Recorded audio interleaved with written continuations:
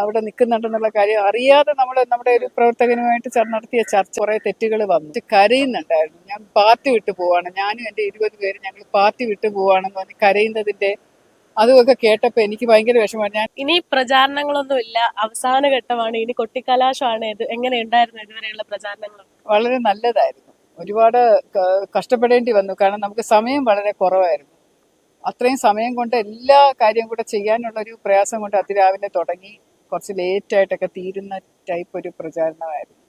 അതുകൊണ്ടുള്ള ചെറിയ ശാരീരികമായിട്ടുള്ള അസ്വസ്ഥതകൾ ഒഴിച്ചു കഴിഞ്ഞാൽ ബാക്കിയെല്ലാം, കാരണം അത്രയ്ക്ക് സപ്പോർട്ട് എനിക്ക് കിട്ടിയിരുന്നു ആളുകളുടെ കയ്യിൽ നിന്നും, കാണുന്ന ജനങ്ങളുടെ കയ്യിൽ നിന്നും, പിന്നെ എൻ്റെ പ്രവർത്തകരുടെ കയ്യിൽ നിന്നുള്ള ഒരു വലിയ ഒരു പിന്തുണ. അത് ഭയങ്കര ഒരു ആശ്വാസമായിരുന്നു. എങ്ങനെയുണ്ട് പ്രതികരണങ്ങളൊക്കെ ജനങ്ങളുടെ?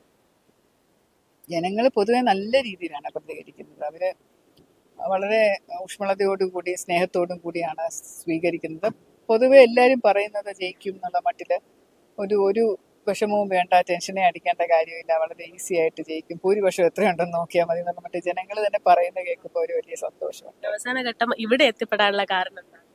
ഇവിടെ ഞങ്ങളുടെ ബോർഡറാണ്, അതായത് ഈ കാട്ടാക്കട വട്ടിയൂർക്കാവിന്റെ ഒരു ബോർഡർ സ്ഥലമായിട്ട് വരും. കുറെ വോട്ടർമാർ ഇവിടെ ഉണ്ട്. ഈ ഒരു സ്ഥലം ഞാൻ വിട്ടുപോയിരുന്നു. പിന്നെ കൂടാതെ ടെർമോ പെൻപോളിലുള്ള കുറെ BMS പ്രവർത്തകര്, അവരെ എനിക്കൊന്ന് കാണണമെന്നുണ്ടായിരുന്നു. അവരെന്നെ ഒരു ഹാരം ഷോളൊക്കെ അണിയിച്ചൊന്ന് സ്വീകരിച്ച ഒരു പരിപാടി. ഞങ്ങൾ വളരെ ക്ലോസ് ആയിട്ട് ജോലി ചെയ്യുന്നവരാണ്, പ്രവർത്തിക്കുന്നവരാണ്.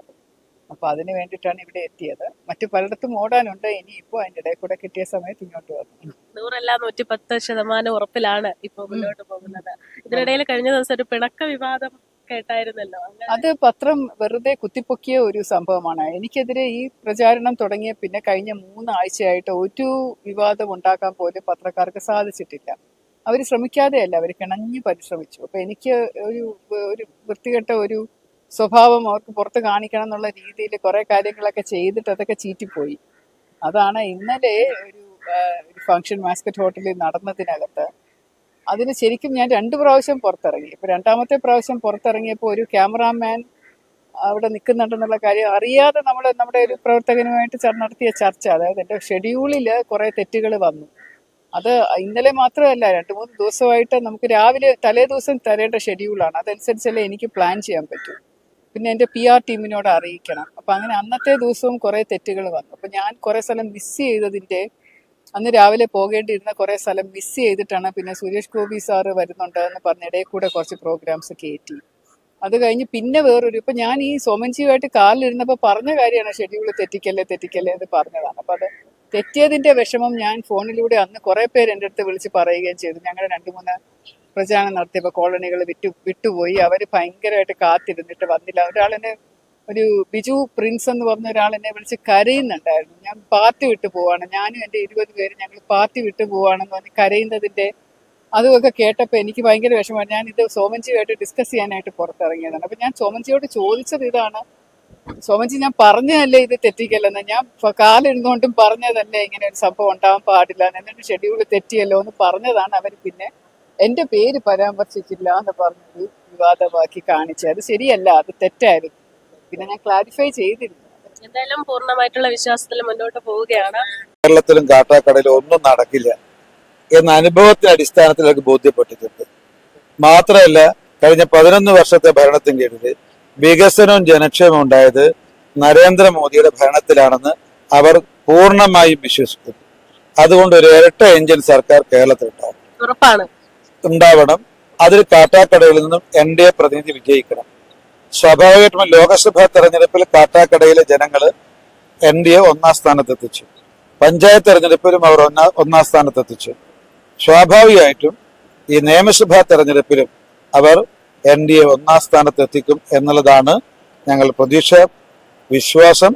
ഏതായാലും കേരളത്തിലും പ്രത്യേകിച്ച് കാട്ടാക്കടയിലും മാർക്സിസ്റ്റ് പാർട്ടിയും കോൺഗ്രസിനും കനത്ത ആഘാതമേൽപ്പിക്കുന്ന ജനവിധിയായിരിക്കും ഈ നിയമസഭാ തെരഞ്ഞെടുപ്പിൽ ഉണ്ടാകാൻ വേണ്ടി പോകുന്നത് എന്നൊരു യാതൊരു സംശയമില്ല. വോട്ടർമാരെ എല്ലാവരെയും കണ്ടു കഴിഞ്ഞു.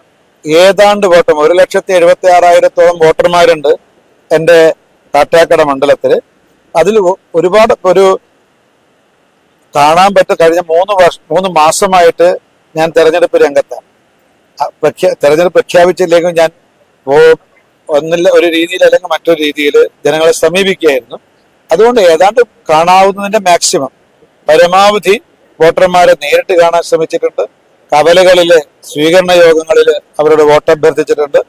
ഏതായാലും 3 തവണ ഞാൻ മത്സരിച്ചതാണ്, 4ാം തവണയാണ് മത്സരിക്കുന്നത്. കുറച്ച് സ്പീഡാക്കിയത്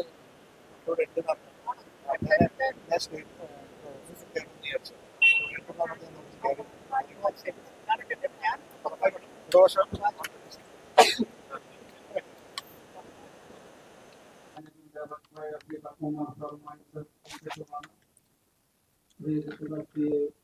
ഞാൻ സ്നേഹപൂർവ്വം ആദരപൂർവ്വം ക്ഷണിക്കുകയാണ്.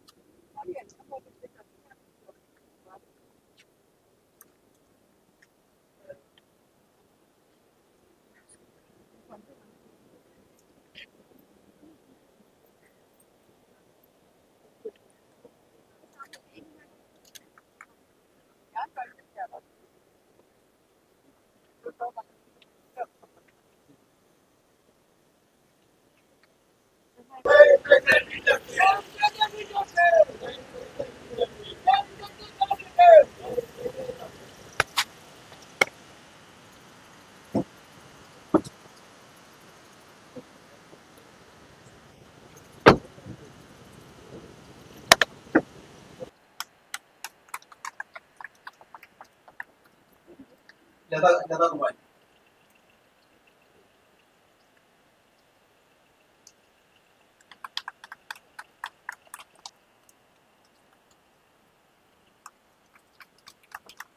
ജയലക്ഷ്മി